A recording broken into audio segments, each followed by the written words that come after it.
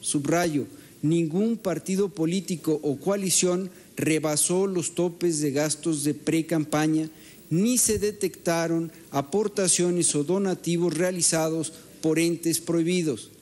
La auditoría realizada por la Unidad de Fiscalización permite sostener que en la búsqueda de las candidaturas al interior de cada partido político únicamente se utilizaron recursos permitidos por la ley.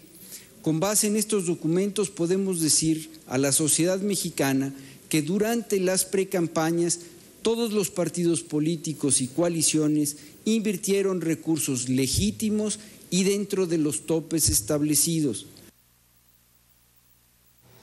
Bienvenidas y bienvenidos, gracias por estar en este programa. Escuchamos un fragmento de lo mucho que se dijo el día de hoy en el Instituto Federal Electoral. Y bueno, pues es un ángulo de información. Hay otros de enorme importancia que tienen que ver con la fiscalización y con un conjunto de cosas de las que hablaremos con nuestro invitado, a quien le agradezco que esté aquí para hacerlo. ¿Cómo estás? Bienvenido, Alfredo Figueroa.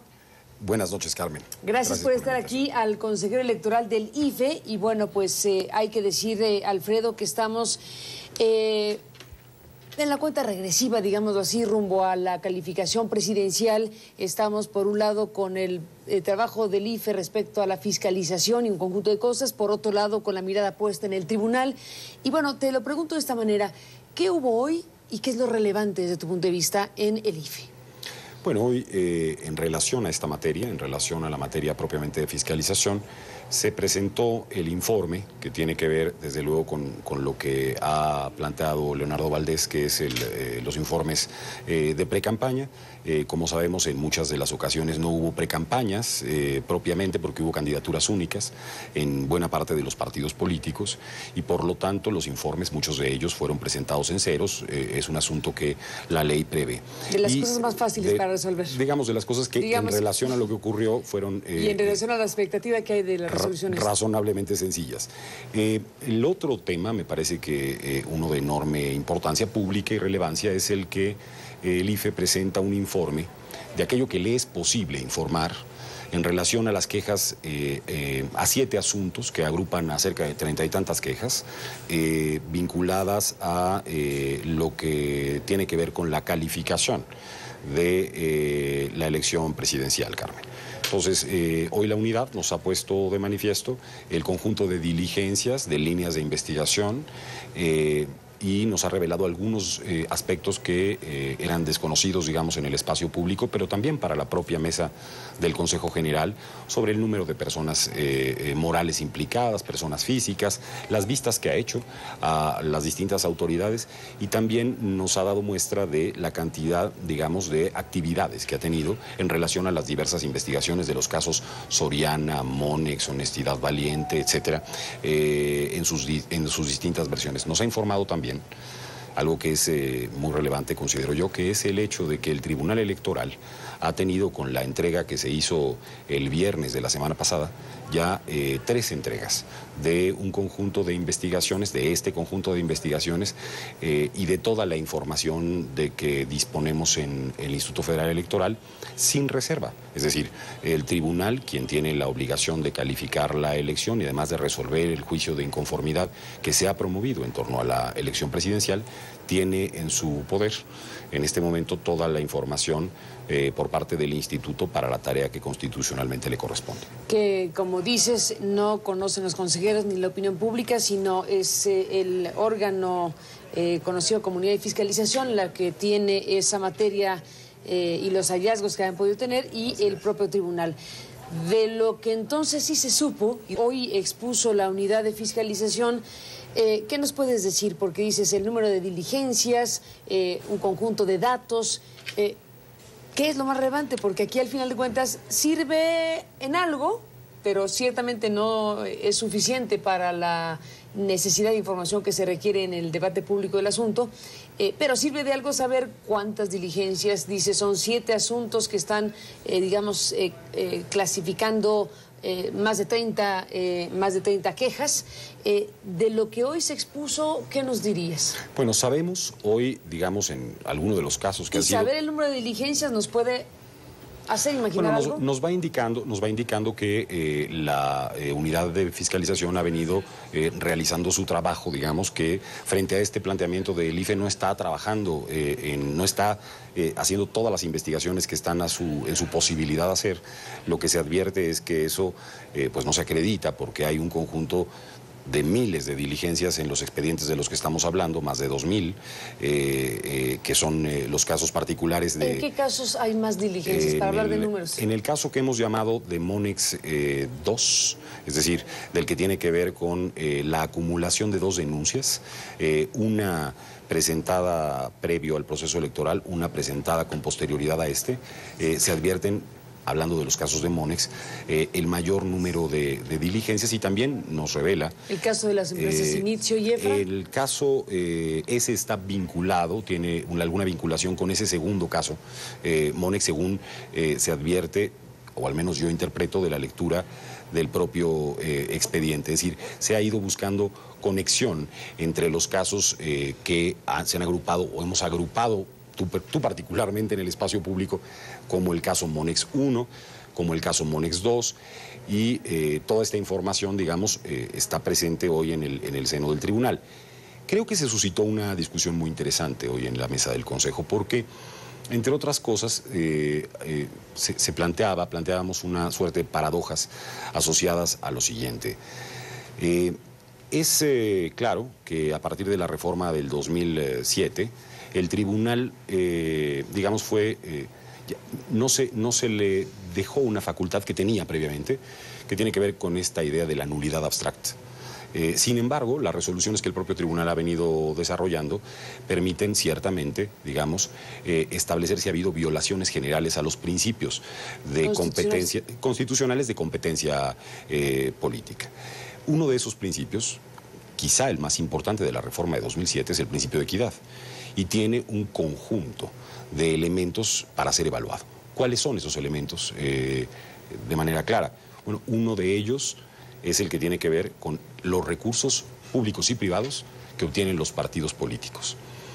Dicho esto, lo que debe quedar como un asunto asociado para el tribunal es con qué elementos en relación al tema de los recursos el tribunal habrá de evaluar si la equidad de la elección hubo una violación a ese principio o no se ha dado esa violación a ese principio. Esta paradoja del diseño de la ley y de la propia Constitución llevó ciertamente incluso ya a una discusión asociada en muchos casos a una posible reforma, Carmen, en torno a cómo hace un juzgador para resolver sobre un asunto del que todavía no hay conclusiones definitivas en relación al gasto que han tenido los partidos políticos, sin que ello prejuzgue si efectivamente, digamos, ha habido una violación o no. Bueno, eso para lo que viene, una reforma que resuelva esto que tenemos hoy aquí para hablar de las dificultades que estamos viendo, de empatar precisamente el ejercicio de fiscalización y de revisión de todos estos temas con el tema de la calificación electoral. ¿Le llamas paradoja al diseño de la ley? El debate lo planteas tú, digamos, como un debate pertinente y ciertamente una provocación al tribunal. No propiamente, quizá, pero... No propiamente, pero discutir la paradoja del diseño de la ley y decir que es dable revisarlo en esta elección. A mí me parece que el tribunal tiene facultad. El tribunal tiene facultades. Déjame hacer una pausa, porque ese es un tema muy interesante. Después de la pausa regresamos.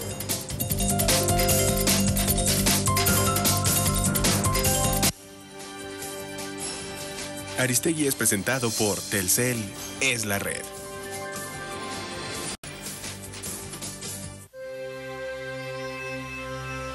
Mi trabajo requiere que siempre esté comunicado. Paso semanas viajando por ciudades, pueblos, mares e incluso el extranjero. Teniendo de compañeros mi cámara y el cielo, pero nunca estoy solo. Mi mundo me acompaña, porque mi vida y mi trabajo es estar en todos lados. Con la mayor cobertura, Telcel es la red. La vida es resultado de nuestras acciones, acciones de todos los días. Y en Santander apoyamos como nadie las acciones de las personas, porque son sus acciones las que mueven al mundo. Como parte de nuestras acciones, creamos Santander Select, una nueva forma de atención bancaria. Además, patrocinamos importantes eventos deportivos a nivel mundial.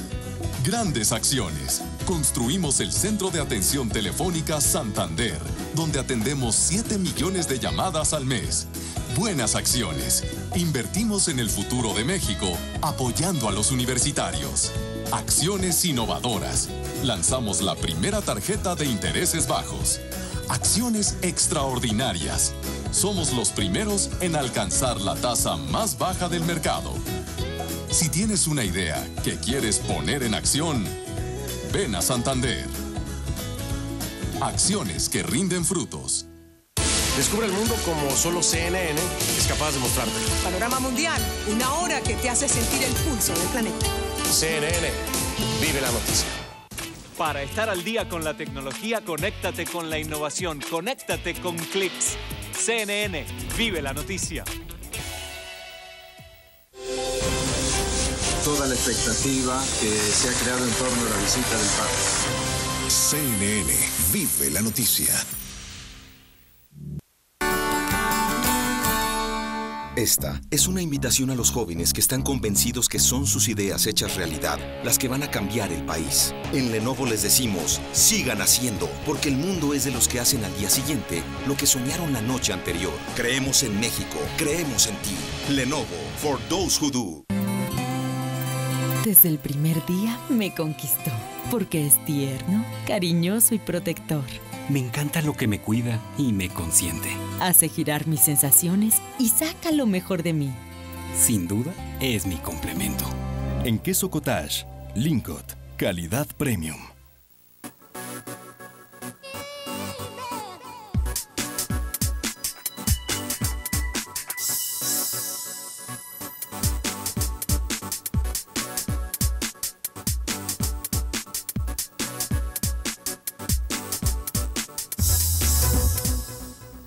Personas han salido a las calles para... CNN, vive la noticia. Nosotros somos, bueno, regresamos a Alfredo Figueroa, maestro Alfredo Figueroa, con esta conversación. Retomo el hilo de esta parte de la charla donde tú estás planteando que hoy en la sesión del IFE, dentro de las cosas que se discutieron, se planteaste esta idea de lo que llamas paradoja del diseño de la ley y este desfase, digamos, del ejercicio de fiscalización, por un lado, y de entrega de cuentas de los partidos y la calificación electoral. Entonces, planteas o dices que es factible revisar y eventualmente le tocará al propio tribunal decidirlo si los plazos pueden ser modificados para encontrar el camino suficiente de tener la información suficiente que permita calificar apropiadamente y resolver apropiadamente si las condiciones elementales de una elección se dieron. Yo pienso que ese es el interés público más relevante en la tarea que está desarrollando en este momento el tribunal. Es decir, lo que el IFE quiere hacer y está intentando hacer permanentemente es contribuir con la actividad que tiene aquella autoridad, con la potestad constitucional que tiene y dotarla en la medida de las posibilidades del Instituto Federal Electoral de elementos para que lleve a cabo su tarea. Quiero decir, además, de motu propio, Carmen, el IFE ha entregado toda esta información sin que haya habido incluso requerimientos del tribunal diciéndonos ¿Nunca les pidió nada? Que no nos han pedido hasta el momento, puede empezarlo a hacer. Y entre otras cosas, lo que es el planteamiento central en esta parte, más que, digamos, una cosa contraria, yo digo más bien es favorecedora del trabajo del tribunal, porque entiendo muy bien que quien va a juzgar la elección debe de tener los elementos suficientes para dar una respuesta, la que sea, Carmen, la que ese no es el problema, lo suficientemente, digamos, válida, bien construida, para que tengamos la tranquilidad de que se respetó el principio de equidad en la contienda, que es por el que se hizo una reforma constitucional. Eso en lo que al modelo mismo corresponde y que, bueno, pues es, como dices, incluso posible una reforma si es que esto ocupa la atención de los partidos. Pero en este momento en particular tiene todavía más relevancia por los indicios y elementos que hay de información sobre situaciones muy delicadas, sobre presunciones de triangulación de dinero, dudas razonables sobre recursos de procedencia no determinada que habrían participado en las campañas políticas, investigaciones periodísticas que abonan precisamente en ese sentido, pero que no son contundentes porque no pueden serlo hasta que no haya más información al respecto, pero que conducen precisamente a preocupaciones serias de qué sucedió en estas campañas, si hubo o no elementos que distorsionaron, entre otras cosas, el principio de equidad y otras varias. De lo que hoy se dio a conocer, y por lo menos para tener una idea en términos de datos duros, ¿cuántas diligencias, qué elementos que están a la mesa nos permiten pensar que se puede estar acreditando o no, pero que se puede estar acreditando qué tipo de conductas y en qué tipo de situaciones, con 30 y tantas quejas presentadas y con 7 renglones de clasificación? Mira, lo que yo advierto es que hay un asunto vinculado a lo que se ha llamado el caso Monex 1, que tiene como tal todavía información que la propia Comisión Nacional Bancaria y de Valores no le ha dado al propio Instituto Federal Electoral, ¿no? El caso Aquino, en donde, claro, el monto que está implicado en la denuncia es el monto, digamos, más importante que está en cualquiera de las denuncias en este particular, y ahí lo que se advierte en el informe es que hay un grado de información que todavía no se tiene con puntualidad. Sabemos hoy, por ejemplo, que la cuenta de la que estamos hablando es una cuenta en donde la que está denunciada es una cuenta que concentra todas las actividades del Banco Monex en un banco adicional, y por lo tanto lo que hay que establecer es cuál de las muy posibles cientos de transacciones o miles quizá de esas transacciones está asociada o se parece a ese otro caso. Por darte los elementos que yo advierto de interés, si eso el tribunal, y esto es la parte que me parece en este sentido relevante, advierte que tiene uno de los elementos que en su opinión son relevantes para la calificación de una elección, tiene las potestades, las facultades para determinar primero que se lleven a cabo diligencias específicas o en casos muy puntuales solicitar directamente a las autoridades información y terminar por resolver, digamos, algunos de los aspectos que tiene constitucionalmente que resolver. El dilema es, en realidad, para el propio tribunal en la tarea tan compleja en función de todo lo que tiene que ver con la información de carácter financiero y un modelo que no se diseñó para resolverse previo a la elección. Previo a la elección, pero a ver, sobre el tema en cuestión, con los datos disponibles, y tú sabes menos teóricamente que el tribunal, porque el tribunal ha recibido lo que tú no has recibido por el modelo de fiscalización. Es correcto. Pero de lo que nos estás diciendo y de lo que sí sabes como consejero electoral es que este caso Monex del empresario de origen mexicano estadounidense que tiene una empresa que se llama Frontera Television Network, que acusa de que hubo la emisión de documentos legales de su empresa por contratos de $56 millones y apunta a una cuenta de Monex. Tú dices que ese número de cuenta existe y que forma parte de una cuenta concentradora del propio Monex. ¿Esos datos existen y se van corroborando? Esos datos existen y se van corroborando en el sentido de que hay esa cuenta. ¿Qué parte, pues, de la denuncia del señor se está corroborando con la investigación del IFE? Sí, hay aspectos, desde luego, que no se han corroborado, o personas que no se han encontrado. Este en particular, que no es menor, sí. Sin embargo, digamos, se trata de una cuenta concentradora de un banco en otro banco, con un conjunto de actividades de todos sus clientes, ¿no? ¿De suerte un fondo de inversión puede ser? Pues me parece que es el mecanismo por el que una banca como esta se hace todas sus transacciones, que no es un banco, digamos, del tamaño, a lo mejor, de otros bancos en México. Aunque en este caso lo relevante es que la cuenta existe, que forma parte de la propia estructura de operación de Monex y que el señor que denuncia una cosa muy grave, por lo pronto, en ese punto está diciendo una verdad. respecto a la existencia de una cuenta. De lo demás, vamos viendo qué sabemos que la transacción no se ha encontrado en los términos específicos que hasta ahora se ha revisado y advierto ahí un elemento de interés. Desde luego el caso Monex 2 también me parece pues muy relevante porque hoy sabemos que hay implicadas 2 empresas en un contrato, pero que además hay una tercera empresa y una cuarta empresa que revela el propio informe.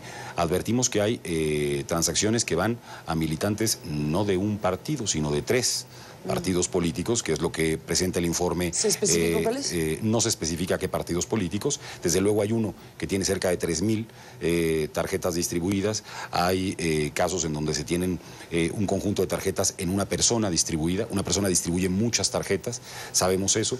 Sabemos que hay 2 partidos que tienen 14 tarjetas en esta dirección y bueno, pues es parte seguramente de información sobre la que en un cierto grado especulamos con los elementos que tenemos hoy a la vista, Carmen, porque esto también hay que precisarlo.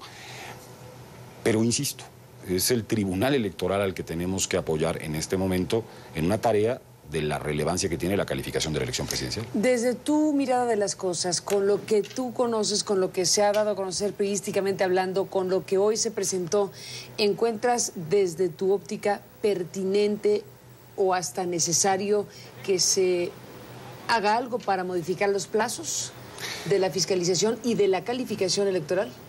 Bueno, si el tribunal, te digo mi posición personal, si tuviera que tomar una determinación de este orden, si yo advierto que no tengo suficientes elementos para tomar una determinación en función de la información de que dispongo, creo que tendría que revisar la constitucionalidad de esos plazos y la naturaleza de la tarea que tengo que llevar a cabo. Es decir, cuál es el bien superior que tengo que mantener a la hora de establecer la calificación de la elección. Si advierto que de los elementos que están puestos en consideración, en realidad no hay un aspecto que deba considerarse preocupante o que lastime la equidad de un modo grave, entonces creo que no ha lugar la modificación de esos plazos. Si eso está justamente y ese es el parte del dilema del propio Tribunal Electoral.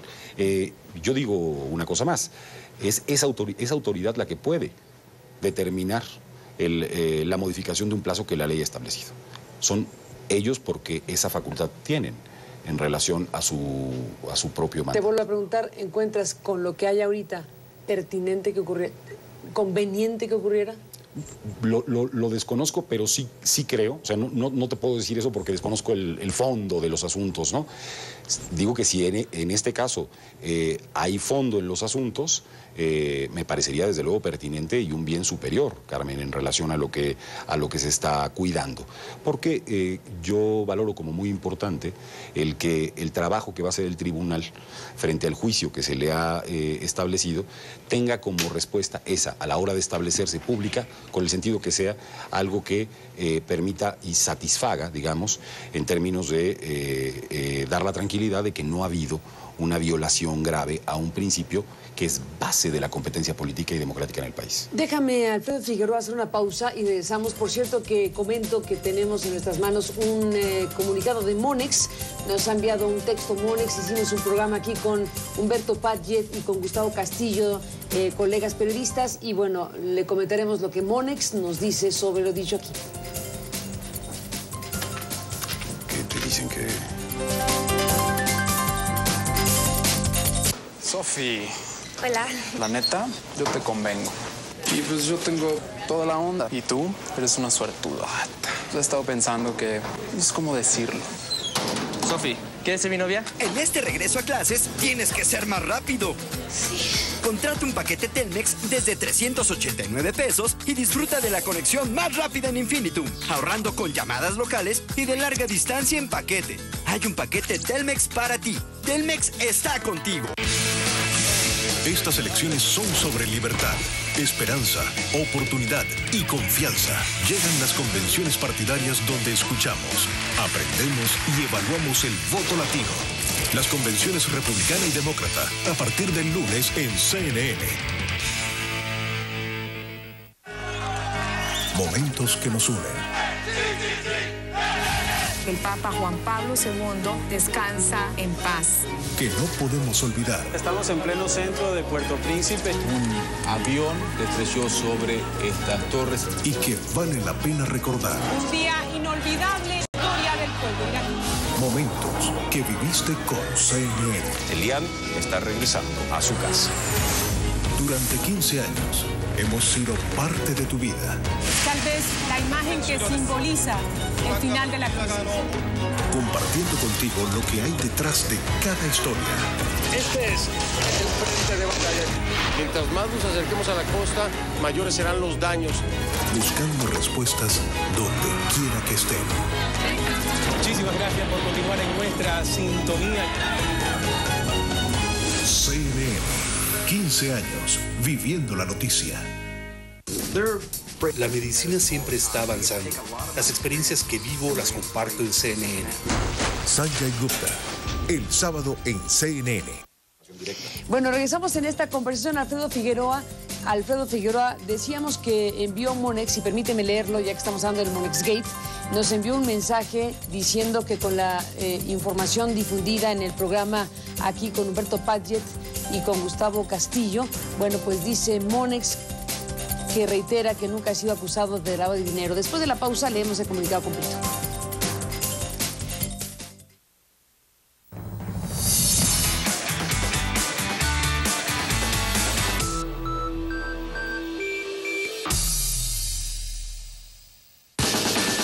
En mi vida profesional tengo dos pasiones, el periodismo y los deportes.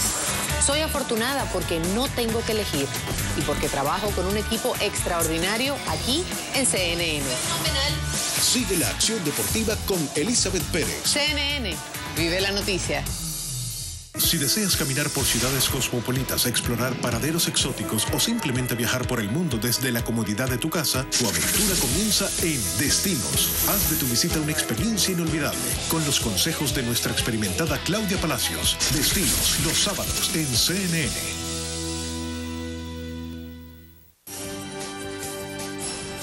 Aristegui es presentado por Telcel es la red. Es correcto. Bueno, regresamos en esta conversación. Alfredo Figueroa, decía yo que Monex envía este comunicado a raíz de lo que Humberto Padgett y Gustavo Castillo conversaron aquí con nosotros en el programa de CNN al que los invitamos. Y bueno, leo brevemente que Monex reitera que nunca ha sido acusado de lavado de dinero, dice, ni delito alguno por parte de autoridades en México u otros países. Monex solo ha actuado como colaborador de las autoridades, aportando información en las investigaciones a las que se hizo referencia durante el programa, en las que presuntamente terceros cometieron ilícitos. Todas las actividades de las empresas del grupo cumplen con la normatividad vigente y son supervisadas por las autoridades financieras de México. Monex dice estar obligado por la ley a respetar el secreto bancario, lo cual les impide abundar de manera pública acerca de las investigaciones en las que colabora con las autoridades competentes. Esto es lo que nos envía el grupo financiero Monex y que leemos textualmente. Bueno, pues ahí está la postura de Monex sobre la que aquí se dijo respecto a las investigaciones de casos que, bueno, pues vincularon precisamente actividades presuntamente ilícitas con servicios prestados en ese sentido por la institución. Alfredo Figueroa, nos queda esta parte final y pocos minutos de lo que hoy se presentó.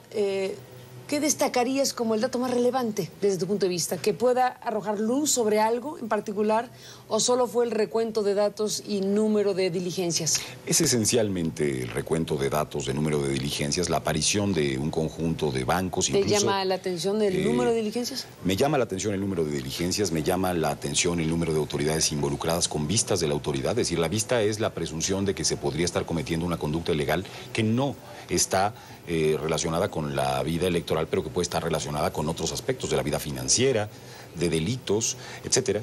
Y hay un conjunto de vistas en los asuntos que se conocieron. Llama desde luego mi atención. Hay asuntos, hay que recordarlo, no solo en dirección de el Partido Revolucionario Institucional y el candidato Enrique Peña Nieto. Hay también asuntos en relación al caso del candidato Andrés Manuel López Obrador y de los temas vinculados a las asociaciones Morena, en fin, aportantes. hay datos que resultan muy relevantes.